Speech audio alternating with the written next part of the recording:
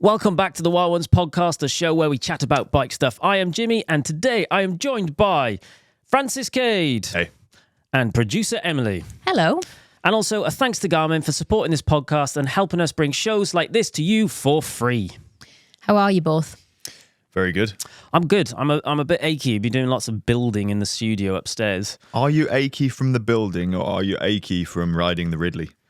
It's fairly possible that it could be from riding the Ridley. So the Ridley you're referring to is the first look video that we posted last Sunday. Yeah. It was a very aggressive racing bike that's used by Team Uno X and has a very steep seat angle, which is quite a modern geometry design choice. And as well as that, it is extremely, extremely long. It is incredibly long, but I did do some measurements based on my current riding position, the contact points of my current riding position, and that Ridley, and I think it was something like 7 or 8 centimeters longer than how I set my bikes up. And bear in mind that Ridley is an extra small, and your bikes aren't relaxed. And I think it was something like about 5 of that 7 or 8 centimeters all comes from the cockpit. Yeah. So we had, they do like a size matching thing with the stem bar one piece thing.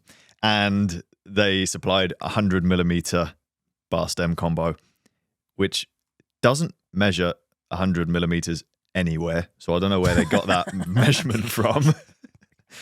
And they only do one which is shorter, which is 85 mil. So I would only have taken a centimetre and a half if we put the shortest option on there. See, because I measured it and I was convinced it was 120, but it actually does say 100 on the bottom, doesn't it? We had to look, we investigated because we were like, this can't be 100. Yeah, they sent us the wrong one. Yeah. The seat tube angle thing should, in theory, make things smaller because you're sat in a different place, slightly further forward, closer to the handlebars. But even then, it was such an aggressive bike, which is going to be fantastic for bike races. But maybe not fantastic for Jimmy's back. Yeah, it hasn't been great for my back. But yeah, if you're interested in what kind of bikes the pros are legitimately riding and the things that they want, then go and watch that video because it was quite fun. I did smile a lot in that video, even though it was fairly uncomfortable. I think that the main issue is an easy one for them to fix, which is the sizing labels are wrong. So if the bike we were riding was just labelled extra large, small, not extra small, it would make a hell of a lot more sense. Yeah, extra large. but I think if it said a medium, it would feel appropriate. So it's 2 sizes off, yeah, potentially. And this is an industry-wide gripe, I suppose. A lot of the size labelling doesn't, like if you wear a size small t-shirt, why don't you ride a size small bike? You know, this is what James, bike fitter, always says. And it's never the case. It's completely different. So some brands go for numbers and they'll just go, oh, this is a 50 or a 52, where inevitably none of the tubes on the bike actually measure 50 or 52. And in this case, I think they've got it really wrong. Because you would have to ride an extra small, which is the smaller size they do, probably with the smaller stem size as well. And you're 5'7", which is under average height, but not that far under average height. And then what if you are female of average height? Tough Well, women on bikes. Women's pro team, I guess they just ride. Wait, do Uno X have a? They do have a women's They do, pro yeah. team. They do They do. team. I thought they did. And they on the same Ridley, or I bet they're all using special data we rode, handlebars that are not the ones on offer. Who did we ride with at Ride Out? That was Uno X. Eleanor Barker. Yes. Eleanor Barker. Yes. But they're all extremely flexible pro athletes, so a lot of them will be able to tolerate it. We do talk about this in the video, but to credit them though, they are not trying to say it's anything other than a professional bike racing bike. So it you know, I do want to give them credit for that, because there are numerous brands out there which would be saying things along the lines of, this bike is X number of watts faster, buy it so that you can beat your mates around Richmond Park, which to some people will mean nothing and to other people will mean everything. Everything. But yeah, you know, maybe that's a bit too much about my back and the Ridley. If you want to know more, watch the video. Oh, what do you think about it? T47 BB on the Ridley, which is a pro race bike. Some people will be like, that has no place on a racing bike whatsoever. It's heavier.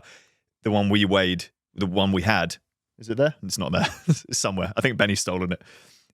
It was Ultegra and weighed 8 kilograms.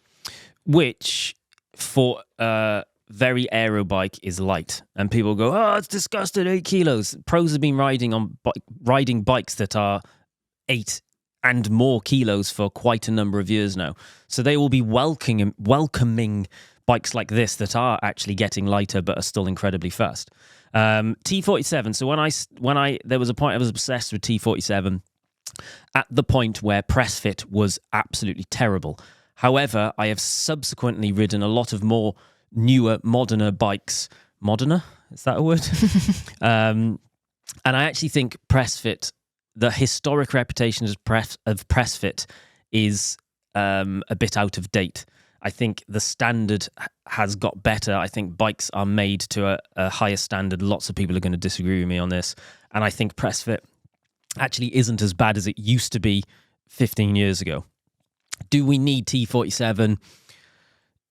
We probably still... Well, if I have two bikes that are effectively the same and one is threaded and one is not threaded, I'm going to go for the threaded because I'm going to be thinking, well, it just reduces the chances of stuff being creaky and annoying.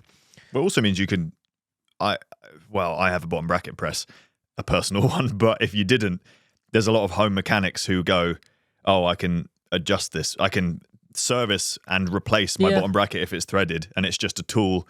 Although on that frame, because it's like an oversized BB, the amount of splinage, these are not the technical terms, like you put the tool on and it feels like it's going to slip off. That's my point. It's like such a skinny little bit of bottom bracket that's sticking out outside the frame. They're making them mega internalized now, aren't they? Yeah. People have had problems with it. I think China Cycling? No. Who was it? Rides of Japan? There's a YouTube guy who had an issue with one of those frames. It's the same size BB where it's just a tiny sliver, and if your tool slips, then you can round things off and then it's all stuck. So are you for or are you against T47? I'm still for it because threaded. I think, yeah. Do I care about it being heavier? No. The home service conversation is an interesting one because when I was building my own bikes and racing and doing everything myself, having threaded BBs just made it super easy. Just bosh, done. I can't imagine having to buy a press. I bet there's loads of people that got presses. I bet they're well cheap these days. Well, I pressed in my Tarmac S-Works SL5 BB with a parasol base that was just in my garden, which happened to be exactly the right size, diameter.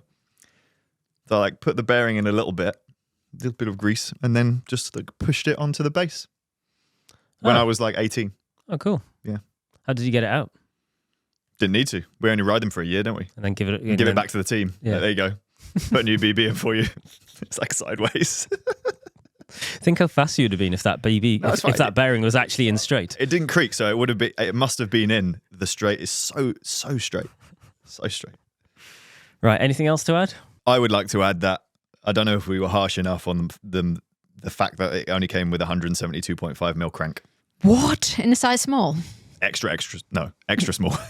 Extra well, small? no, extra small as well, because the configurator only has that size crank, unless you go into the raw configurator, which charges you more money to make a fully custom thing. And then there was a 165, I think. No, there wasn't. It was a 170 and a 175 added. Oh, great. Okay, yeah, fine. Actually, here's a potential negative for Ridley is, I think, so they are not a direct-to-consumer brand. They sell their bikes through bike shops. So if you buy it, it looks like if you buy it off the website, it gets sent to a bike shop and you collect it from the bike shop. And it seems that perhaps they're unfairly putting a lot of emphasis on the bike shop to have to clear up their issues. Like, for example, the headset was not set up very well and was making some horrible noises. So the bike shop then has to deal with that. The shifters were in a terrible position, so then the bike shop have to deal with that. So they're saying, yeah, you can sell this bike for us. It's going to turn up and now you're going to have to give it to a customer and you're going to make a bit of money on it. But you are definitely going to have to do some work, and they are very likely to want to change the cranks that then the bike shop has to deal with. So perhaps it is unfair on the bike shops that, they're guaranteeing that it's not a clean transaction, and they're going to have to do a load of stuff and fix it and change cranks and probably end up with the 172.5 cranks in a box themselves that nobody wants. Why is there so many? Why have a configurator if there's only one option? Why even put it there? It's just like taunting you. Everything grayed out. What's their USP? What sort of price bracket do they sit in? Are they like a slightly cheaper option? I'm using really. the bunny ears. Cheaper than Colnago.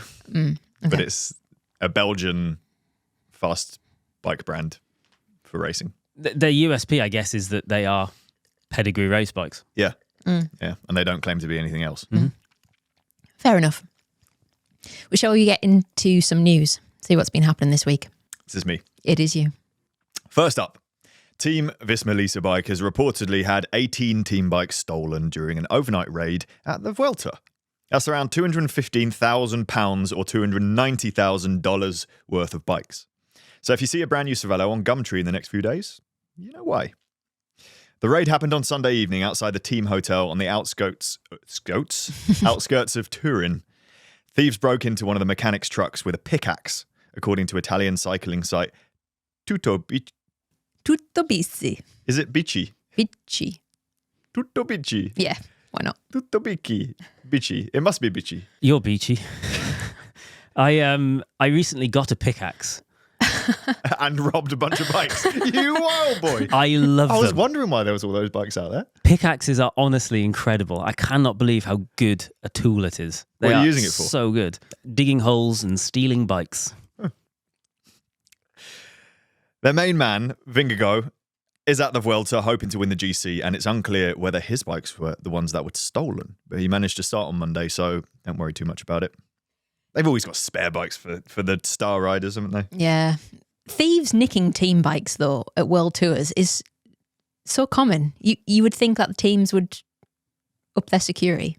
Not that I'm victim blaming. Listen, I'm not victim blaming. Shame on you, thieves. Poor Visma Lisa bike. They just need to lease some more bikes. Oh. Sorry. It just seems like such a lot of effort and a lot of risk for stealing some stuff that's just going to be really hard to move on, isn't it? Is it going to be hard? It's not. It's going to be very easy to move on. Strip down, sell all the Dura-Ace. You wouldn't even need to strip it down. You just drive it to a different country. It'll be hard to get its appropriate value. Well, yeah. You could literally just walk down a high street in a different country and go like, does anyone want to buy this? And someone's going to go, yeah, I'll give you 500 quid if they know what it is. Speaking from experience. It's how I got all my bikes. That is a joke. Very definitely a joke. So it definitely seems to be more common, doesn't it? We report about it quite a lot, specifically this year as well. And I'm guessing we see themes with theft. And this is obviously the current theme, is that people are going, actually, we know where these people are going to be, and there's going to be a big truck left overnight with a lot of bikes in it, so we just need to get in it. But I think we probably will see teams start to lock things down overnight now. Is it kind of a victimless crime? Because it's not their bikes, and they're probably insured as part of the team insurance. They might not be. Surely they're insured. 100%. There will be insurance, but I'm pretty confident the teams won't want to access it. Yeah. Because everyone can make that stuff appear, and if they access that insurance, it's probably going to cost a lot of money to the team going forward. They would probably rather not insure them and then go back to Cervelo and go, well, we can't race without your bikes, give us some more. And Cervelo are just going to magic up some more bikes at their expense. Maybe they should invest in some anti-theft devices, like that smoke bomb thing that Bike Fit James has at his shop. Fog Bandit. Fog Bandit. Yeah. How does that work? Someone comes in and it makes it all foggy so you can't see what you're doing. Yeah. I want to say poison gas, but it's not. That would be very illegal. But it should be. Yeah. Or there's that guy who has a YouTube channel where he sets up glitter bombs in packages that people steal. Like he puts it in the passenger seat of a car, and then someone breaks into the car, steals it, and it's got a camera in it and a glitter bomb. Didn't we do that? Didn't we glitter bomb someone? We just put glitter in the box. Yeah, we did do that. Yeah. It makes me want to test that skunk bike lock.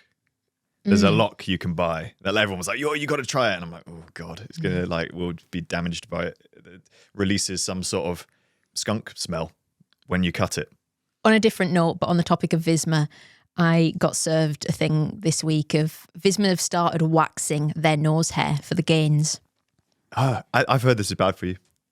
Bad for you? Yeah, Why? it's why I've always got bad nose hairs, because they serve a purpose, which is to stop particles of stuff getting into your nose, and then if you wax them or pull them out, you expose the skin, and it's a very hot spot for infection. Oh, Naughty. You could trim them though, couldn't you? Yeah. Isn't that like a whizzer? I don't trust anything Campanat does in respect to brands. I feel like he's like advertising stuff. Like they went wild for those nose strips. Well, so the nose strip and the nose waxing are part of the same solution of getting more air in your nose. Is that what they're saying? That's what he's saying. Are they made by the same company? I don't think so. I don't know whether it's part jest or part he's I think he is the king of marginal gains. It's something for his vlog as well. He's a YouTuber. And you know those YouTubers, they're always looking for a reason to be to get attention. Yeah. I had to cross my video idea off the list, waxing everyone's nose. Are we done on that one? Sorry, Visma, that you lost your bikes. And your nose hair. And your nose hair. And good luck in the Vuelta. Okay, next. Wahoo had a massive fluff up last week, and people asked why we didn't mention it. The reason is twofold. Number one, because we had a bunch of other stuff to talk about, and Jimmy gets very mad at me when the podcast is anywhere close to an hour. And number two... It's not true, but okay. Because... Over an hour. It shouldn't be over an hour. Yeah. And two, because we're sponsored by a competitor, Garmin, I was cautious that it might sound like we were delighting in our listeners' misfortunes. But people keep emailing the show about it, so you win. We are going to mention it. Basically, if you missed it, loads of first-generation Element, Bolt and Roam bike computers wigged out and reset back to January 1st, 2006, which is before they even existed. And then they all self-imploded and disappeared. What? Not really. That bit didn't happen. But the dates were all messed up. So you got me then.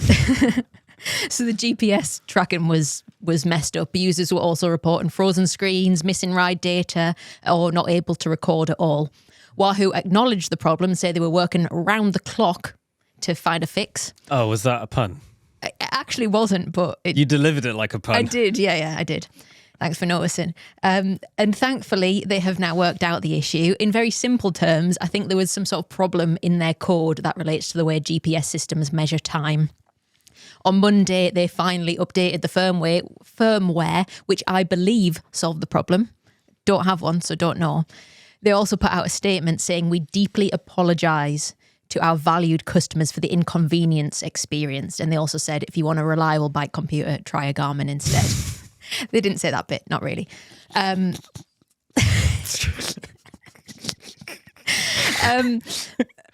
So to talk around this subject, can you imagine if everyone who actually owned one of these got transported back to 2006?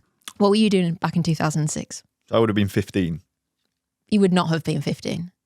You would have been 13. Oh, January we're the same age. 2006. If you teleported back, you should have gone back to maths class. Yeah. I don't know how old I am. That's the first problem. You're born in 92 in August. So I would say that you were 13/14 that year. In January, you would have been 13, I think. Oh, the answer is the same. There's at least 5 years where all I did was play Star Wars games. So, What were you doing, Emily? Probably playing football. No, I played football a lot in primary school, and then they didn't really offer that as an option in secondary school. So I did a lot of netball and hockey. I wasn't riding bikes, that's for sure. Were you riding bikes then? no. Fair enough. What about you, Jimmy? You were about 26, Well, 30? I guess this shows the age gap, I guess, doesn't it? That was the year, probably about that date was the point that I dropped out of law school to pursue my dreams of becoming a rock star. And if you're asking the question, if I could teleport myself back there, what would I do? Probably stay in law school so I wouldn't have to about with you assholes. Can you imagine Jimmy being a lawyer? Oh, it would be awful. His argument since stuff like about with you Yeah. in a courtroom. Well, I always wanted to do boring law. I literally wanted to do will and probate. I wanted to have an office where people come to see me. I do some contracts and always paperwork, sad. and then I go, leave, give me money. I have to say, Jimmy is abnormally good at paperwork. Yeah. You are you've self-proclaimed king of paperwork. And if I ever have any paperwork, I just give it to him. Yeah. Can you just check this? Yeah, thanks. I'm not entirely sure why, but administration is my special skill. Would you think you would have been happier had you finished law school? Absolutely not. No. This is good advice for all of the youngsters. Ugh, I hate that word. The younger listeners who may have just got their A-level results, or I don't know, maybe in uni and not having a very good time. Does it matter if you go to uni or drop out of uni? No, Maybe, no. but maybe not. Francis didn't go to uni. He's now a successful business owner. Mm-hmm. I didn't go to uni. You did, but you dropped out. I dropped out to be a rock star. Didn't become a rock star. Fell into finance. Worked my way up from now. There's still time, Jimmy. There is still time. Yeah. And I did go to uni, and I finished with a first-class degree, and I'm still just sat here with you guys, so it doesn't really matter, does it? You always end up in the same place, no matter what path you take. Exactly. The universe will force you. Waste of money. Yeah. Have you paid back your student loan? Oh, contentious. I did not have a student loan. Because you got a scholarship. No. It's called being wealthy. Oh, wow. Yeah. That's actually Emily's family colours that she's wearing. She has a secret handshake and everything. No, jokes aside, comfortable is, I would say, your upgrowing. You've got very entrepreneurial parents that absolutely grafted, and they're class. And still do. Yeah, well, Ivor's retired, but he desperately tried not to. Yeah, they're working class people who both set up businesses and did well, and it's probably one of the reasons that we were encouraged. Your mum was the same; she also had a business, and we were encouraged to start businesses through that. So yes, I am very, very privileged and very lucky, and boy, do I know it. Is that the end of that one? Yep. Sorry, Wahoo. Sorry about your mix-up. Oh, poor. I feel a bit sorry for Wahoo, especially with just isn't it nice that we don't run any sort of tech side of business, because We stuff kind could of just do. go wrong. It's like the millennium bug. Well, we kind of do run a tech business, and stuff does go wrong. Yeah, but we don't have a product. We don't have a tech product Okay. that like. What are you talking about? Well, they're literally selling a computer, Oh, right, okay. which is like has a million things that can go wrong. Like Microsoft can't get it right, so what hope do Wahoo have? Well,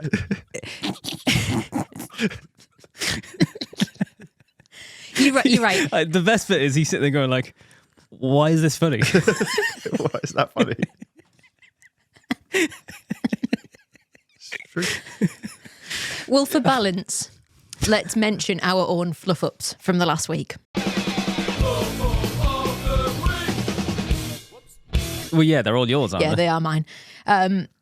First one is our Garmin advert from last week. The video version was messed up. There was a couple of shots that had an error message that said something about warp stabilization. Well, actually, there's one for Francis's example. Adobe, one of the biggest software companies in the world, they can't get it right. Why have they knackered that on that video for us? I mean, I think it was me, to be honest. It's not. That feature has been a problem for 10 years. Okay. Because I've been using it and it's gone wrong for 10 years. They can't even make the screen where you click and drag things work. Like, none of it works. Awful company that we rely on. Well, I've put out a statement saying I deeply apologise to our valued customers for the inconvenience experienced. And it's not your fault. Okay, fine, thanks. Thanks for exonerating me. Next one, also me, also my fault. Chris Hall's Perimeter of Britain challenge. We talked about it last week. I said he'd ridden around the UK, but he didn't do Northern Ireland, he didn't do the Isle of Man, etc. Just the main blob of Scotland, England, Wales, which is Britain, not the UK. Yeah, I always say UK, but it's technically not, is it? No. Much like when Francis means the UK or Britain, he always just says England. Meanwhile, there's a hire bike turf war going on around London. Rival rental companies are being outlawed in different boroughs, and people are joking that's becoming like a Cold War standoff. So you can ride Lime bikes in Richmond, but not in neighbouring Hounslow. In Hounslow, you can only ride Forest and Voi bikes. What's Voi? Don't know. Comedian Dara O'Brien joked that every bridge between the two areas is like a checkpoint Charlie, with loads of Lime bikes parked on one side and loads of Forest bikes and Voi on the other. I saw on Twitter/X someone even mocked up a photo of the Hounslow Richmond checkpoint, and it looks like a soldier crossing a bit of barbed wire on a Lime bike. Isn't it sick how much these bikes get used? It's good. It is like good. They're Yeah. everywhere. Like it really is. It really has caught on. Just in London.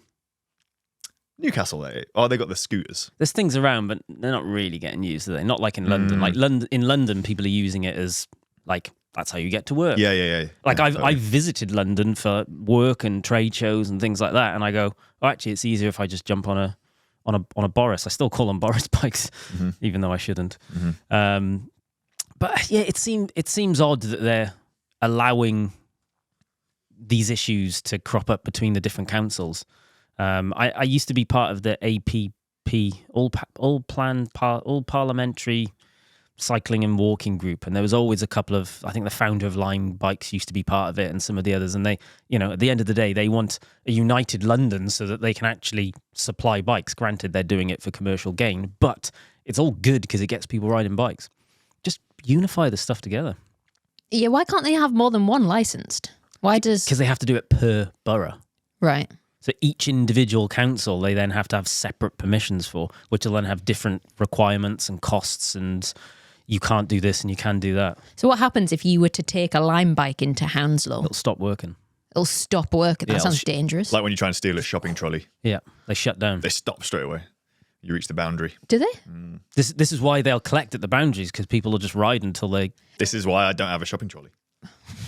Is it not that they just keep working, but if you park them there, then you get a fine or something? Oh, maybe that would make more sense. Rather than what they just shut off. I don't know. I'm just making stuff I up. bet they can make them shut off. I'm sure they can do what they want. They can make them explode if they want. Probably illegal. And lastly, the parent company of bike brands Rondo, Cream, Octane One and NS Bikes has filed for bankruptcy.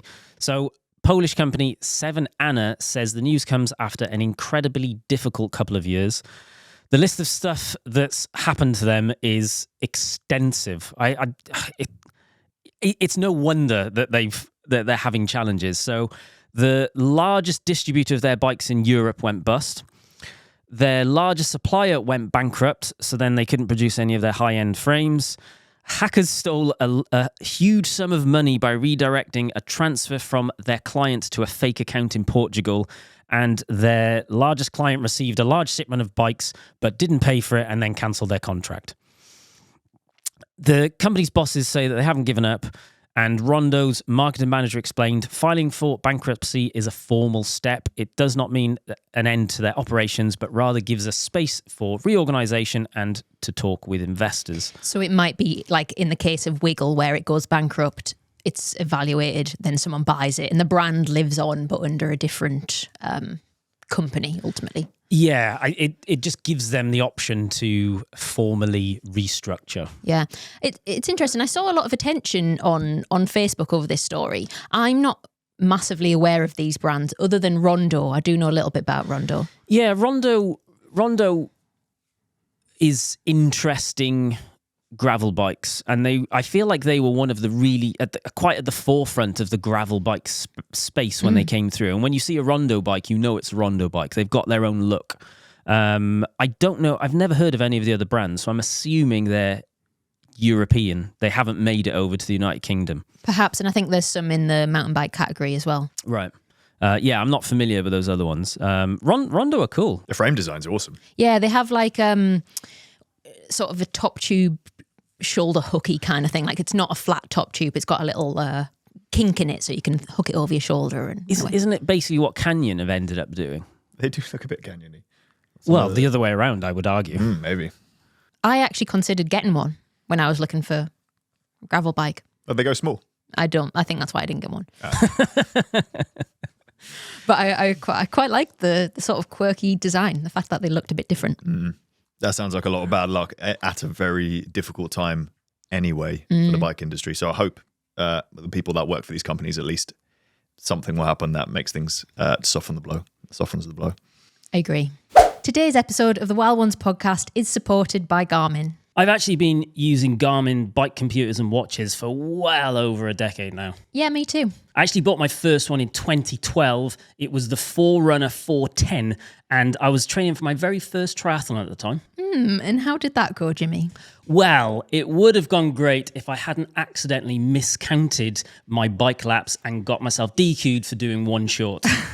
Rookie error. You should have used the laps function. I know. But my point is, Garmin's have been part of our lives for a long time now. So it was a bit of a full circle moment when they came on board to support the channel. And they don't just make watches and head units with bike-specific GPS mapping and performance monitoring. Nope. They also make power meters, heart rate monitors, smart bike lights that capture video and alert you when cars are approaching, tax indoor trainers, and so much more. So thank you to Garmin for supporting this podcast. Okay, it's been a while, but shall we do some more unpopular opinions? So I'm going to read out some cycling hot takes. We'll debate them and decide if we agree or disagree. And the first email is from Lev. The first and only email. Oh, and the first and only email is from Lev, who says, "Hello. Finally a place to vent about my views. But there's more than one view in here. 1. Most people on long rides are underfueled, over-caffeinated, and salt-depleted. If they paid more attention to fueling and replenishing water and electrolytes, they would go a lot faster." Should we do these one at a time? Yeah. Okay, so when I the first sentence, I was like, he's probably right here. The very last few words that he used leads me into, what if they don't want to go faster? What if they just want to just chill? Okay, well, let's change it to they would feel better. Have a nicer day. Then I agree. A great example of that is actually Benny. It is. It's exactly what I was thinking. Benny is the king of bonking. Yeah. Like, I've never seen someone bonk or like blow up or get dehydrated as much as Benny. Every single ride, even when it's like a 20-minute chill ride and he'll bonk. It's not even on rides. It's just like he'll be at work and then he's like, his head's on the table. Like, just have a drink. There's water. We've got the iced coffees in the fridge. Yeah. So the first 2 rides we did with him, oh no, the second one was a puncture issue, but the first one was a bonking. Was it a puncture though? Is he just trying to... He then went on a solo one-man mission up into Kielder on a very hot day and ran out of water. He has, though, kind of found a genius solution. Are we allowed to talk about this? I don't see why not. Okay, his genius solution is... Do you even know? You maybe even don't even know Some about this. people will not agree with this. I'm not advocating for it. I'm not... This is told without prejudice, and you decide whether you think it's horrible or not. He uses ChatGPT to ultimately coach him in how to not bonk. In that he goes, okay, this is my ride. This is my fitness level. This is how hot it's going to be today. He then tells it what food he has available in his cupboards. And he says, what do I need to do? And it says, take more food. And he goes, okay, I don't want to take more food. What do I do? And it says, take more food.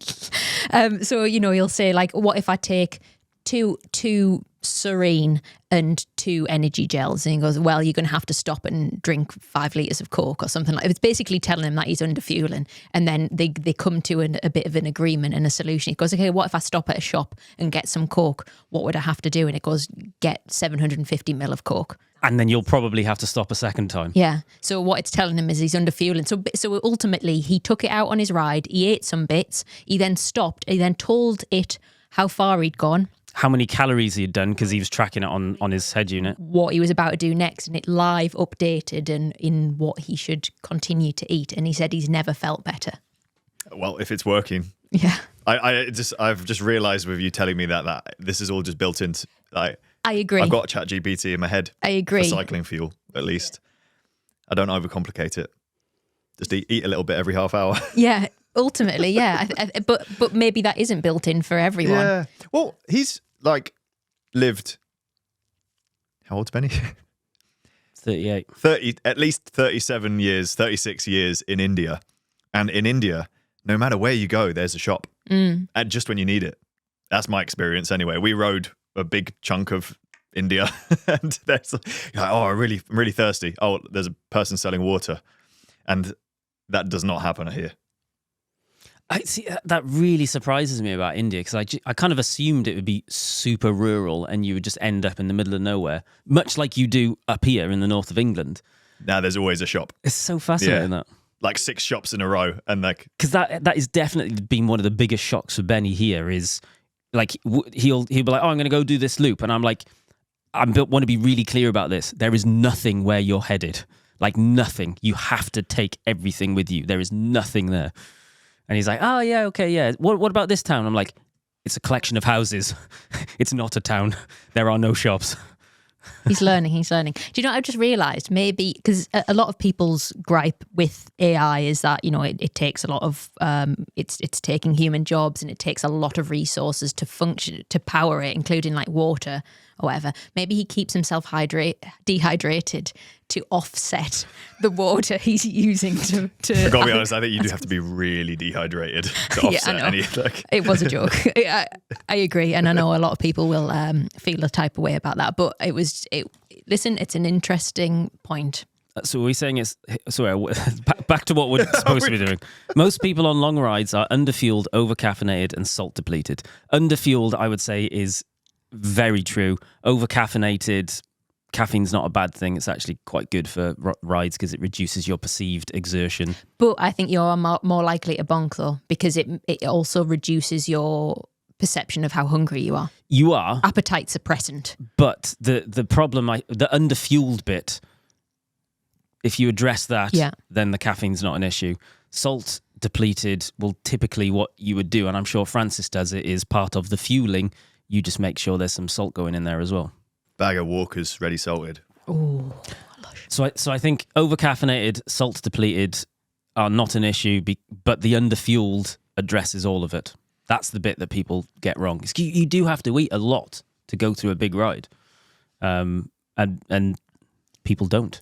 And I like, you know, we've all been there. Like, I still do it now because sometimes I just can't be bothered eating. I'd rather just get the ride finished, and then you go, oh, I've cut this a bit fine here.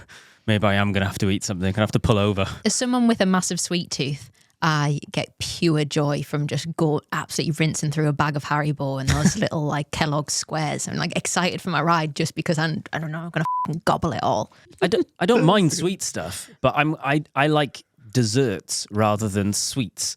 So what I like savoury, I like dessert. So I would like to either have a sandwich or tiramisu whilst I'm out riding.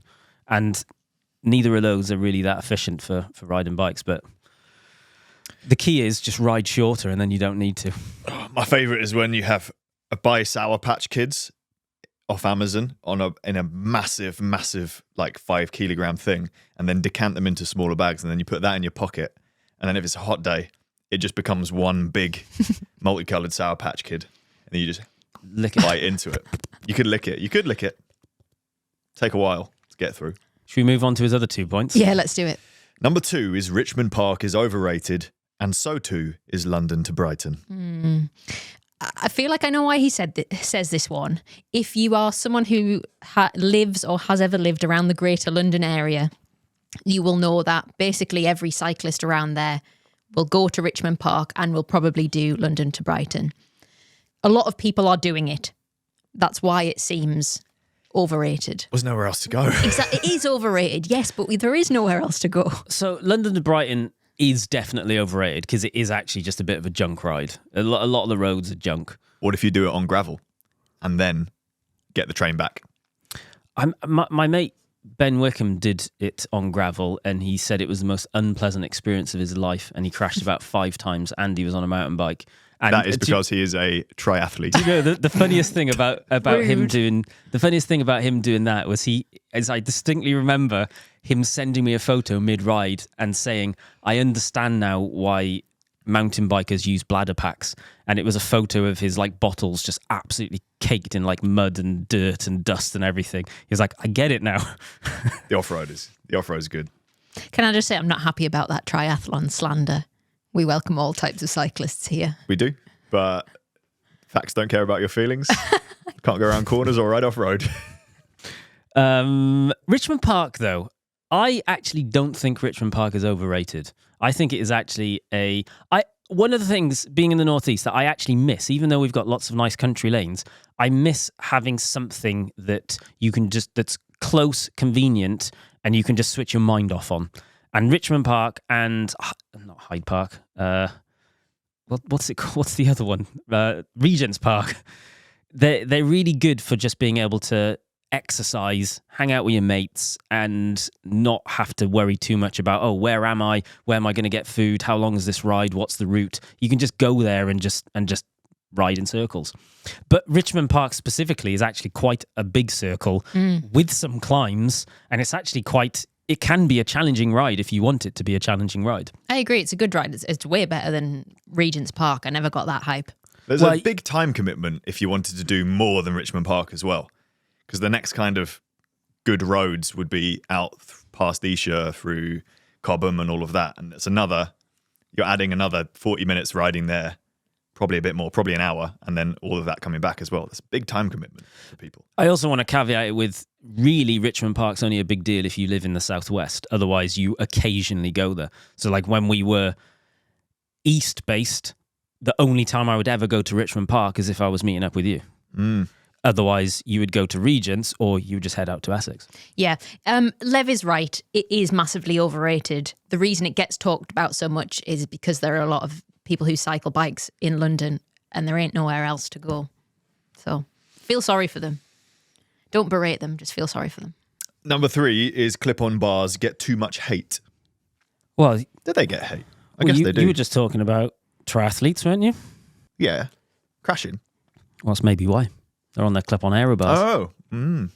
Well, you haven't got access to your brakes when you're on them. Do they get too much hate? I think the ultra scene has made them cool. And now people are like, oh yeah, I've got my gravel bike with my clip-ons and I'm going on an adventure. Gravel bike with clip-ons makes no sense unless you are a professional bike racer. It's another hand position, though, which lends itself to comfort rather than speed. Which is not appropriate on most gravel tracks. Well, it depends what gravel you're riding. It's like the opposite of this obsession that a gravel bike has to have a wider handlebar. People go, gravel bikes have wider bars because it makes you more stable. And then they go, oh, but it's cool to have some aero bars. Doesn't make sense. Aero bars are for going fast. So they have a place if you want to go fast. But I always remember we used to go to a training camp, and if you had TT bikes were not allowed on group rides, clip-on bars were not allowed on group rides, and you had to have your hands up fully on control of the bike on the shifters or in the drops if you are in a group. And if you do have clip-on aero bars, that same rule should apply. You have less control over the bike, and as Francis said, you don't have your hands on the brakes. That's sensible. But then you'd think people would just be sensible. You'd think. But yeah, I haven't got anything to add. I don't ever think about them. It's great, isn't it? Well, thank you for those, Lev. That was fun. Do you have an unpopular opinion? Well, we would like to hear it. Send yours to wildonespodcast@cademedia.co.uk, and you might feature on a future episode on that topic. We have a future episode coming up, which we are going to pre-record next week. Next week we are here. Then Jimmy and I go off on our jolly holidays. Yay! So we're going to pre-record one episode, I think, which will be lots of fun. But it would be great to have some unpopular opinions. It would be great to have some listeners takeover questions, lots of stuff, so we can pack the show out, because the news will be not news. It'll be olds instead of news. I'll be honest, I much prefer going through people's questions and opinions rather than going through news. I understand we have to do news because it's relevant and all of that, but that's the best bit. So yeah, send in some good questions and we'll have some fun with them. Yeah, fine. Cool.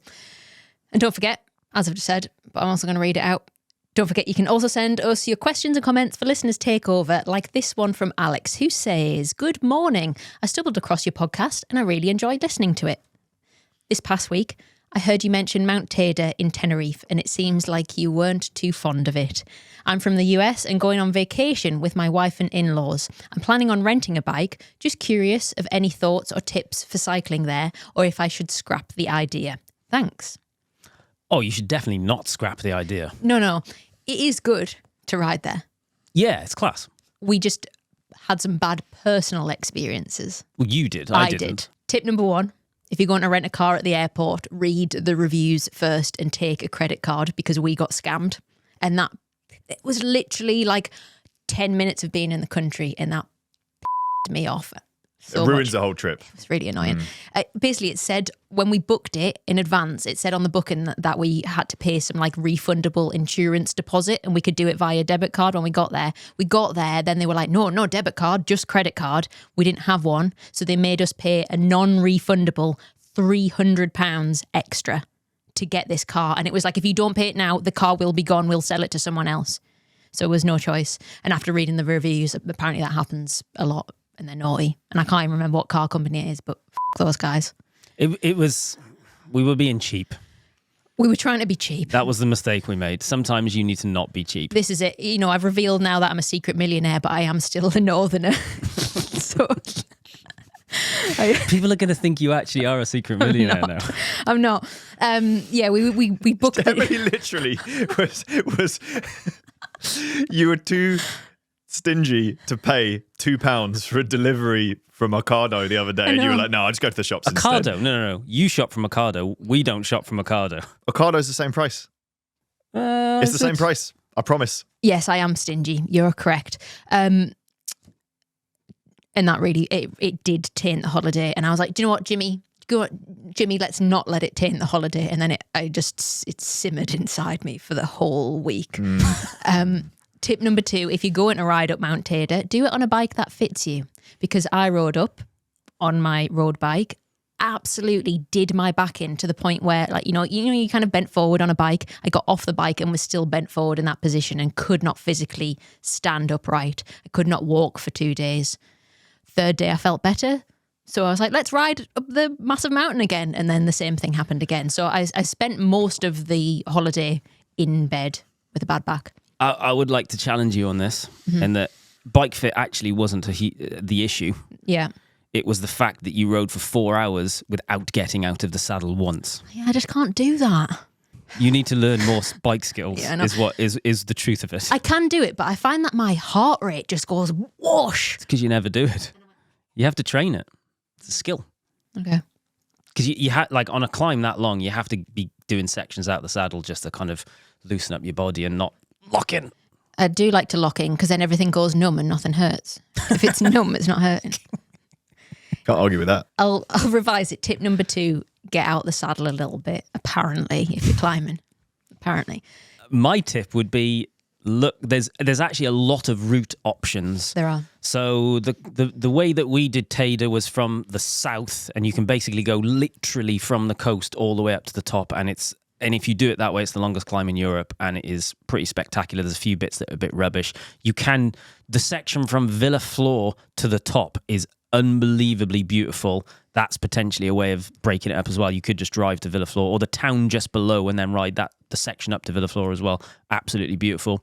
The northwest has some absolutely gnarly riding, which would terrify me to do, but you might love it. And then I think if you do the northeast, there's some flatter, more undulating bits down along the side of the volcano, which is also pretty cool. There's loads of options, so I would definitely say if you like riding and you're on about doing it, get a bike, just explore, and just, if it gets unpleasant, just turn around and head back down. Agreed. And also, we took our scammy hire car, put the bikes in the back, and actually just drove one day up to the top just so we could just ride around the top, and it was a bit flat. That was really awesome as well. That was the first time I've ever been at altitude, and I was struggling with it. Were you? Yeah, because it was, when you're on the top, I think it's 2,300 to 2,800 meters above sea level. And I remember just every now and again, I'd be like, just like catch my breath, Is that the saying? It is, isn't it? Every now and again. I'm all talked out now. You got anything to say, Francis? No. You haven't done Tenerife, have you? No, I would love to. Is it the highest point in Europe? No, it can't be. No. It must be the longest climb. It's the longest climb. It's the longest road climb in Europe. Because from the one that we did, from the coast to the top, is about 32 or... It's either 32 or 36 kilometres long of just continuous climbing. Continuous climb, right, okay. Yeah, Col de la Bonnet is the highest paved road, isn't it? But you're obviously not climbing from sea level. Yeah. It's cool. It's definitely like a European bucket list one, I think. Absolutely. If he's already there on a holiday, then definitely hire a bike and do it. Do you remember I was actually thinking about this last week where we were talking about temperature fluctuations on bike rides for tubeless.